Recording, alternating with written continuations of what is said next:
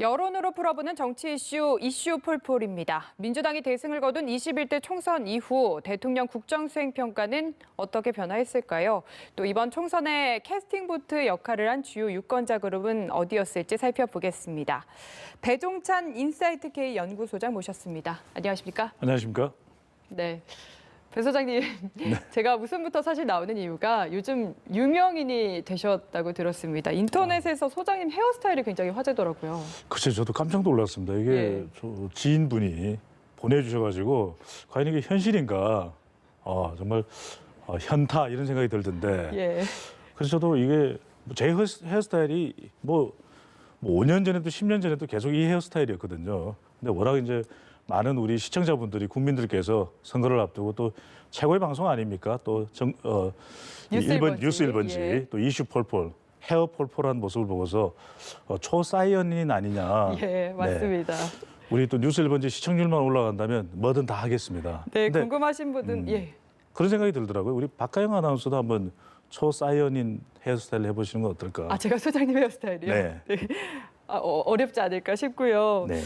말씀하신 대로 소장님 덕분에 저희 이슈풀풀 더 많은 시청자분들이 본다면 참 좋을 것 같다라는 생각이 들고요. 저희 본격적인 이야기 나눠보겠습니다. 네. 오늘 나온 대통령 국정수행 평가 보면 긍정평가가 지난주와 대비해서 6%포인트 올라서 지금 보시는 대로 64.3% 굉장히 오랜만에 60대 돌파한 것 같거든요. 네. 이렇게 높은 지지율이 문재인 대통령 평양을 방문하고 난 이후 그때가 2018년이었죠. 예. 방문 직후에 지지율이 60%대 중반을 기록했었고 그 이후로 같은 조사 기관에서 가장 높은 지지율이 나왔습니다. 몇 가지 원인을 따져볼 수 있는데 첫 번째로는 총선 결과 편승 효과도 있겠죠. 압승을 거두었기 때문에 예. 대통령의 지지율이 이제 더 올라가는 거죠. 마치 제 헤어스타일처럼. 예. 그 다음에 또 하나는 이제 그동안 줄곧 좋은 평가를 받아왔던 코로나19 대응 평가가 계속 유지되고 있는 것이 문재인 대통령 지지율 또 64.3%. 역대 우리가 87년 이후에 줄곧 대통령 지지율이 조사돼 왔거든요. 예. 임기 4년 차, 물론 아직까지 문재인 대통령 만 3년이 안 됐습니다. 다음 달이면 만 3년이 되는데 같은 시기에 역대 대통령 중에서 이렇게 높은 지지율 있었을까요? 없었을까요? 없었을 것 같습니다. 없었습니다. 예. 네. 그 지지층별로도 지금 국정수행 평가를 살펴보고 싶은데 민주당 지지자들에게서 오른 거는 그렇다 치더라도 통합당 지지층과 보수층 사이에서 각각 3%포인트씩 올랐다. 이건 어떤 의미가 있을까요? 대세 효과로 봐야 될 것 같아요. 그러니까 대통령이 어떤 이슈에 대해서 어떤 이념 성향을 가리지 않고 좋은 평가를 받을 때는 대통령 지지율이 급상승하는. 예. 그래서 대통령 지지율이 60% 이상이 될 때는 이때는 대세 효과라고 이야기할 수 있습니다.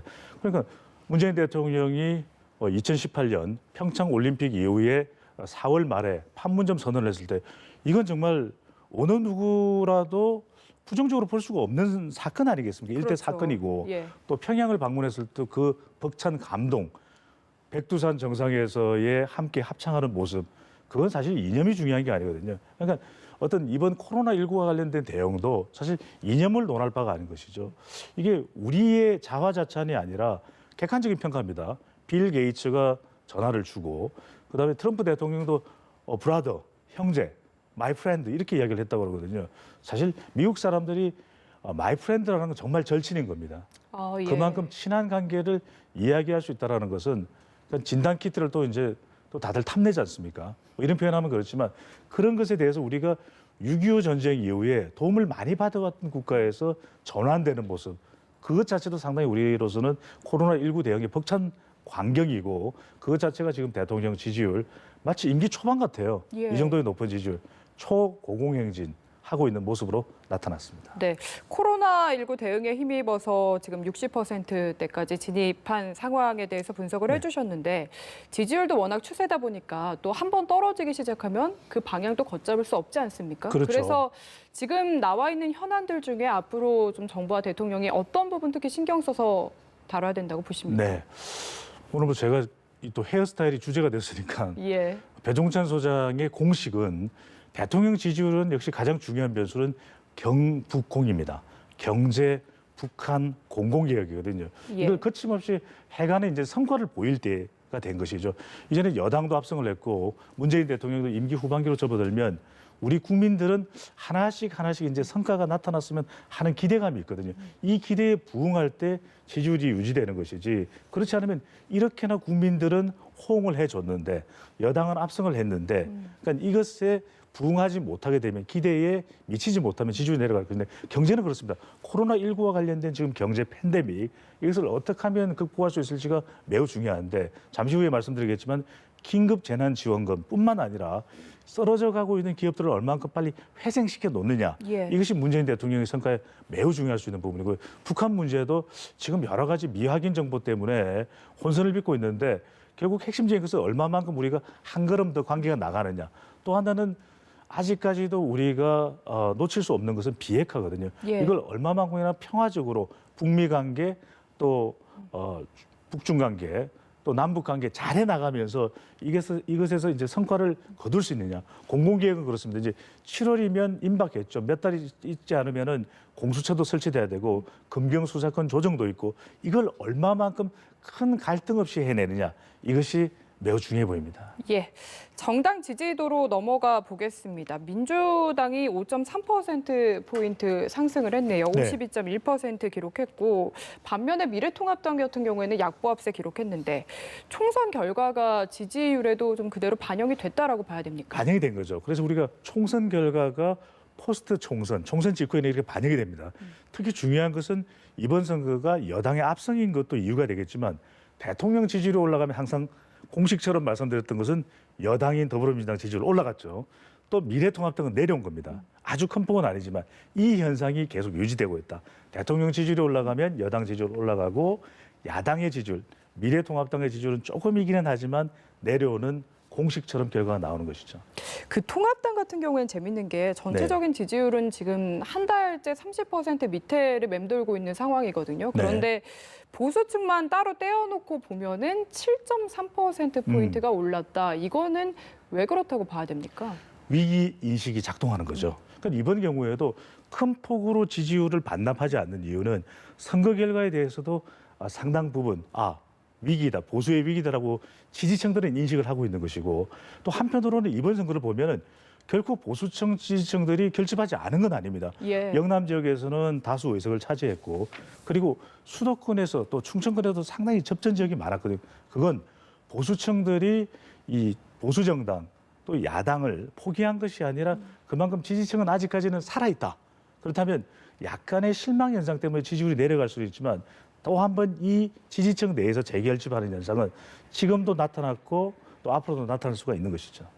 예, 조금 전에도 잠깐 거론을 하셨던 긴급재난지원금 얘기도 해볼 텐데 결과를 같이 살펴보시면 모든 국민에게 줘야 한다라는 의견이 30.2%고 네. 소득하위 70%에게 줘야 된다가 28.9% 거의 엇비슷하게 나와서 국민들도 좀 의견이 갈리는 것 같습니다. 범위가 갈리는 것인데 박하영 앵커께서도 긴급재난지원금 받으면 좋지 않습니까? 그럼요. 여러 가지로 힘든 상황이기 때문에 수요를 진작하기 위해서는 긴급재난지원금 역할을 해야 되는데 범위를 물어보면 이래요. 근데 우리 국민들의 의견이 안 받겠다는 것이냐? 그게 아닙니다. 빨리 받겠다는 것이죠. 예. 그래서 이 질문을 돌려서 지난 총선 때 약속했던 것처럼 가구당 100만 원 지급을 해야 되느냐 물어보면 압도적으로 높을 거예요. 그러니까 범위를 물어봤다는 이야기는 여전히 이 범위에 대해서는 시각이 좀 온도차가 있는 것이죠. 그러니까 100%를 다 주게 되면은 70%까지 받는 사람들은 조금 우리가 덜 받는 것 아닌가 이렇게 좀 걱정이 될 수도 있는 것이고 또 100% 지급해야 되는 하게 되면 또 재원도 문제되는 것 아니냐. 근데 중요한 것은 또 100%를 다 주자고 이야기하는 사람은 전 국민에게 주자고 하는 것은 그만큼 속도거든요. 문재인 대통령도 그렇고 지금 여당에서도 야당도 마찬가지예요. 예. 계속 강조하는 것은 타이밍입니다. 그만큼 속도를 내야 된다면 무엇보다도 범위보다도 지금부터 더 많은 관심과 또 동의를 얻게 되는 것은 속도입니다. 4월 안으로 지급돼야 된다. 이런 얘기가 나오고 있거든요.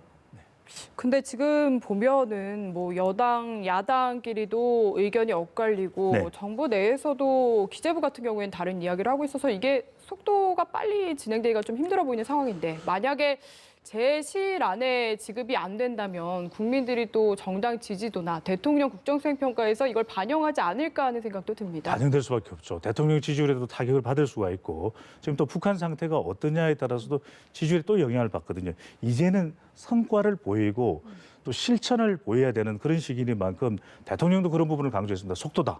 그래서 심지어는 지금 청와대 일각에서 나오는 이야기는 긴급 재정 명령까지도 내려야 되는 것 아니냐는 이야기가 나올 정도거든요. 그렇다면 아마 이 논의되는 과정, 심지어는 미래통합당이 발목 잡는 거 아니냐, 그렇지는 않을 거예요. 왜? 지금 미래통합당도 선거 이후에 여러 가지 과제가 있습니다. 당내를 수습하고 또 외연을 확대해서 적어도 다음 대선 또 내년에는 보궐선거도 있거든요. 여기서 경쟁력을 키워가기 위해서는 정말 많은 국민들이 원하고 있는 긴급 재난지원금 좀 빠른 시일 내에 저는 동의가 될 가능성이 있다고 봅니다. 그 혹시 뭐 100%냐 70%냐 어느 쪽으로 결론 나는 것도 여론에 영향을 미치는 부분이 있을 거라고 예상을 하십니까? 그럴 겁니다. 왜냐하면 속도에 영향을 미칠 수 있거든요. 70%는 좀 더 우리가 타당할 거예요. 왜냐하면 상위 30%보다는 훨씬 더 하위 70% 어려울 테니까요. 근데 문제는 이걸 가려내다 보면 분명히 상당히 지체될 수밖에 없거든요.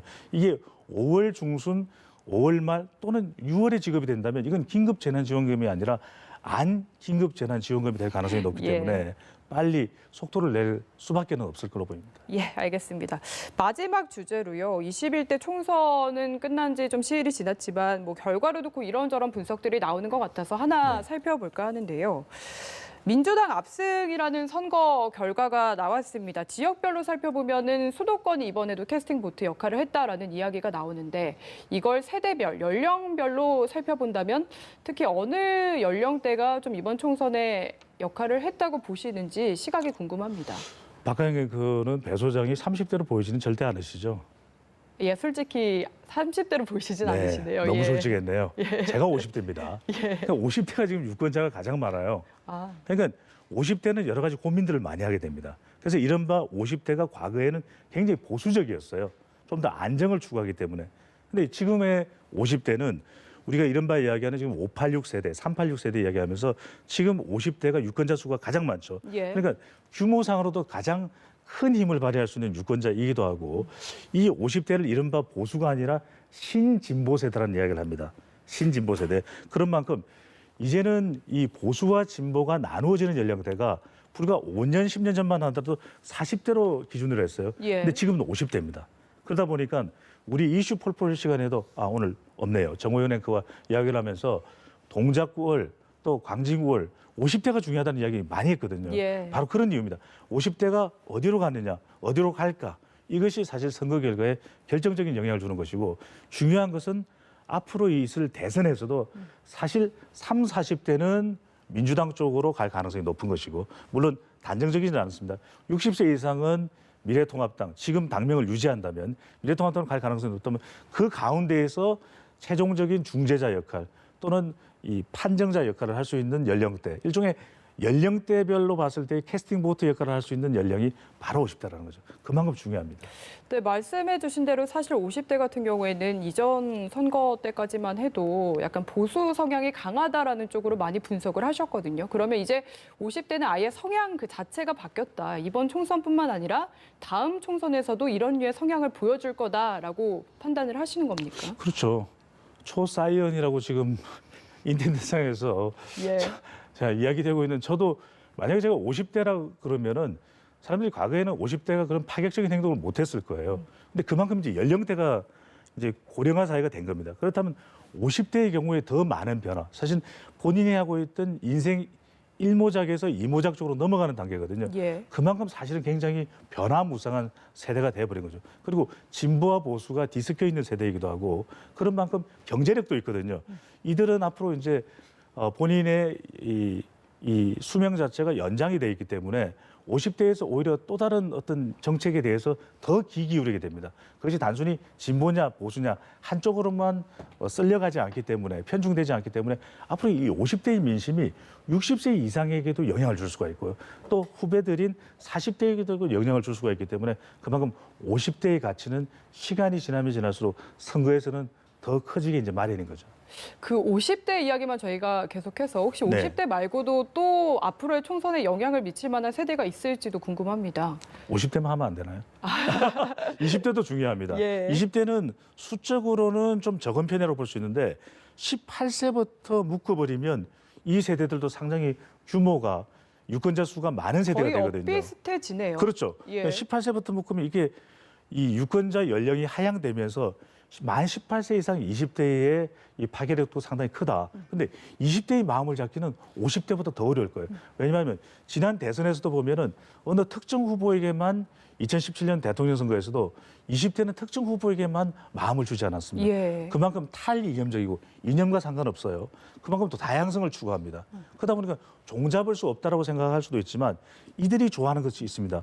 그러니까 뭐 레트로도 새로운 문화가 되고 뉴트로도 새로운 문화가 되고 욜로도 있고요. 예. 그만큼 20대들의 마음을 꽉 붙들어맬 수 있는 어떤 전략 이런 것들이 나온다면 사실 20대를 새로운 지지 기반으로도 만들 수가 있는데 이제 우리가 차기 대통령 이야기를 안 할 수가 없는데 차기 대통령이라면 세대 기반 또 지역 기반 그리고 이념 기반에 있어야 되거든요. 이 세대 기반에서 50대도 물론이지만 20대 만 18세 이상을 어떻게 좀 자기 지지 기반으로 만드느냐 이것이 매우 중요할 수가 있는 것이죠. 그 대선 이야기를 하셔서 네. 저희가 먼 이야기지만 한 번 더 질문을 드려보도록 하겠습니다.